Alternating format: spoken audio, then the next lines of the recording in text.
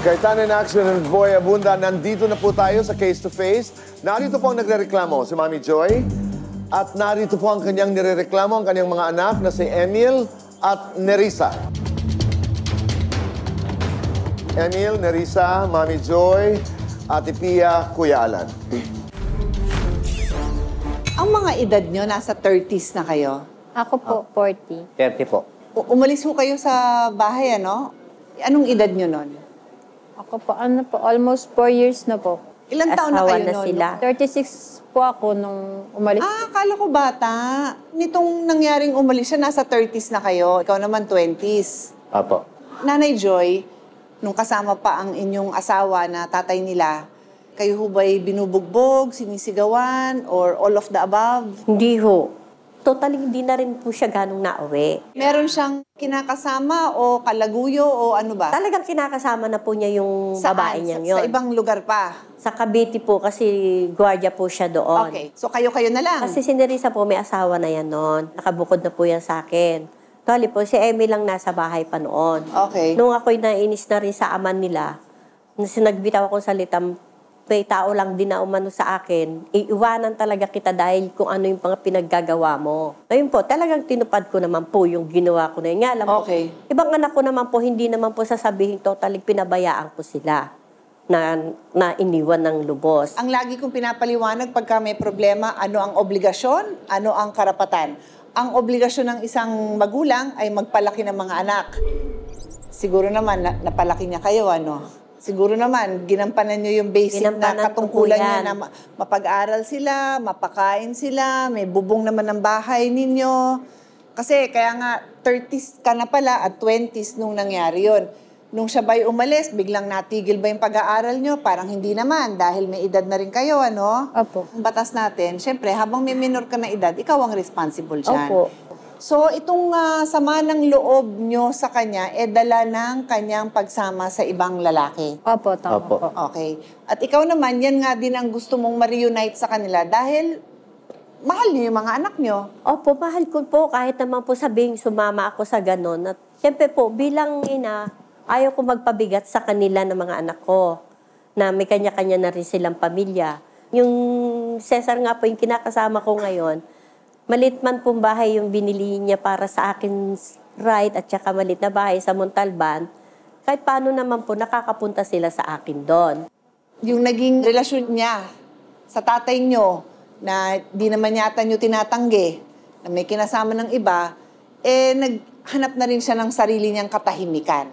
Kanya na po yun, dahil may edad na siya. Wala naman magpipigil sa inyo na magbigay din sa kanya ng advice dahil nga nalaman yung may asawa pala.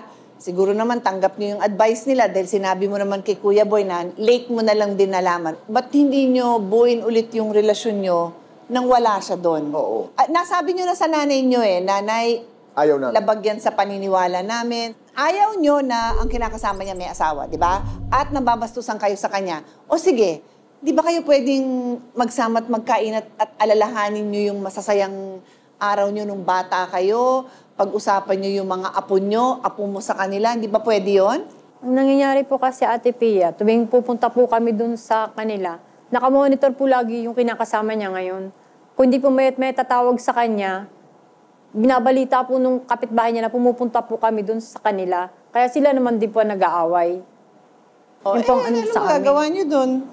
Sinabi ko naman po sa kanila tuwing Christmas lang naman po yung aming pagsasama-sama. Ang tanging pakiusap ko na lang po, Ate Pia, mag-open forum po kami.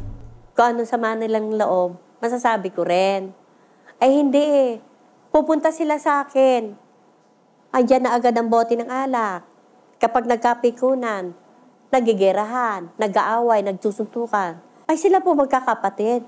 May mga trabaho ba kayo? Wala. Opo, sa bahay lang Diyos po. ko, Day. Ano, maasa kayo sa nanay nyo? Pa-extra po ng contraction po. Eto nga po, sige.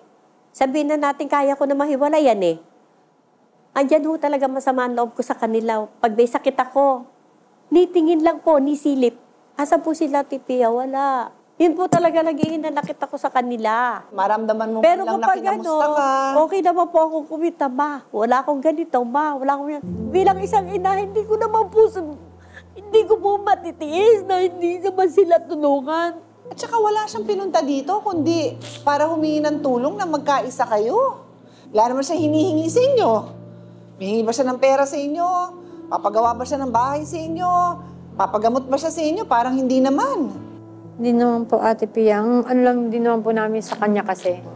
Kung magkasundo po kami sana, hiwalayin niya na lang po yung lalaki. Yun lang naman Bakit po. nga alam niya na yon, may edad siya, alam niya na yon, alam natin lahat. Yung pagpapalaki niya sa inyo, kaya niyong baliwalain dahil nagkamali siyang magmahal? Hindi naman po sa ganun, Ate Pia. Dahil ano pala yung mas mahalaga pa doon kaysa sa pagpapalaki niya sa inyo? Ano pa? Mahal naman po namin yung nanay namin. Ang gusto lang po namin sana, makasama po siya. Kasi siyempre may edad na po siya, matanda na po siya. Kami naman po mag-alaga sa Saan? kanya. Paano niyo siya alagaan? Saan niyo siya patitirahin? Nangungupahan naman po kami. Kasya siya sa inyo? May kwarto doon para sa kanya? Opo, kahit paano naman po, maluwag naman po yung inuupahan po namin. Pwede naman Bakit po kailangan idikta mo yon bilang isang kondisyon sa pagmamahal mo sa kanya? Kasi po, naaawa din po kami sa kalagayan niya. Kasi pag umuwi po yung kinakasama niya, kahit may sakit siya, kahit gusto namin siyang dalawin, hindi rin po namin mapuntahan dahil lagi pong may nakareport po lagi sa lalaki niya. Tapos pag ano po, malalaman na namin, inaaway siya. Ang gusto mong resulta ay iwanan niya yung kanyang karelasyon at Opo. sa'yo na tumira. Opo, kuya. Ang tanong ko, ano mas magandang strategy? Boycottin mo siya hanggang magising siya at sumunod siya sa'yo? Or nandun ka sa tabi niya parate at sa sobrang pagmamahal niya sa'yo, baka makinig siya sa'yo? Anong mas magandang strategy dun sa dalawa? Siguro po yung lagi po kaming nasa tabi niya. Since nasubukan nyo na yung strategy na ayaw ni nanay sumunod, boycottin natin. Baka gusto nyo naman subukan yung kabilang strategy.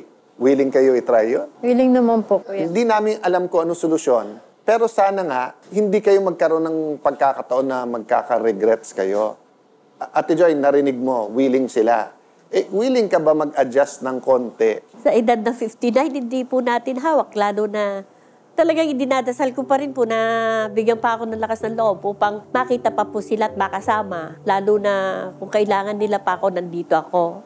It might take 1 day, 1 week, 1 year, 10 years bago sabihin ng nanay mo, o nga naman, gusto ko nang tumira sa inyo.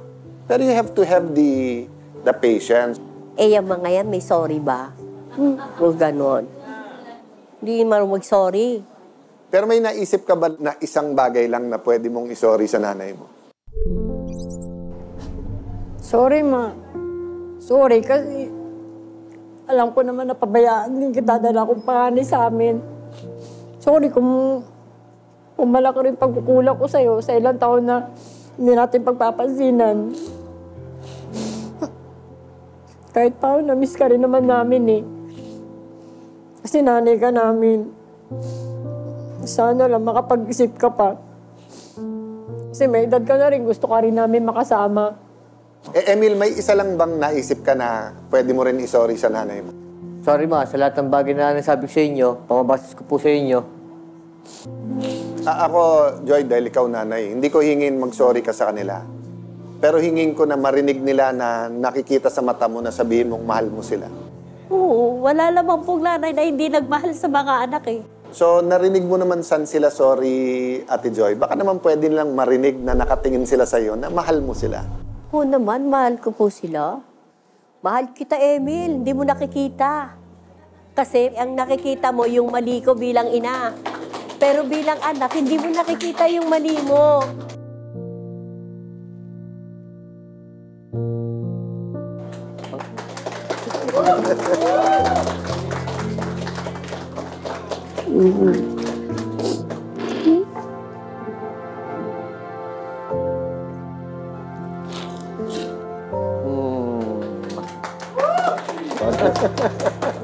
Sorry. Hindi, pero pareho kayo ng gusto eh. Gusto nyo, mas dalawin kayo. Sila naman, mas gusto nilang dumalaw.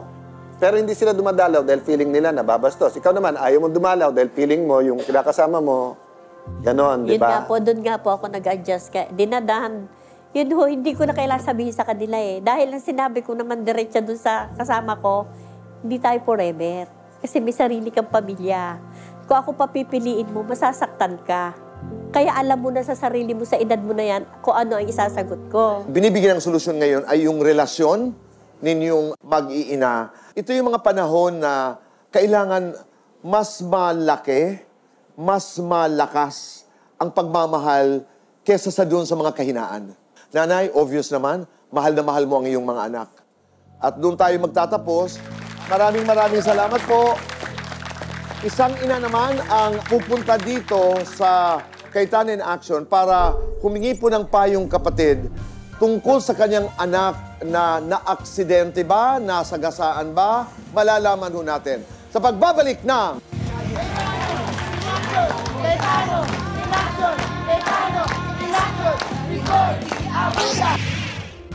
Magkakasamang naggrocery ng mga pagkaing kailangan sa kani-kanilang mga bahay ang mag-iinang sina Nanay Joy, Nerissa at Emil. Nang balikan sila ng team ng Cayetano in Action, muli silang hinandugan ng isang masayang bonding na pananghalian kasama ang iba pang anak ni Nanay Joy. Pag yung nagsama-sama po kami, madalas ting Pasko lang po eh. Once a year lang. Pero ngayon, nung nagsama po kami na kahit medyo kulang, masaya naman po.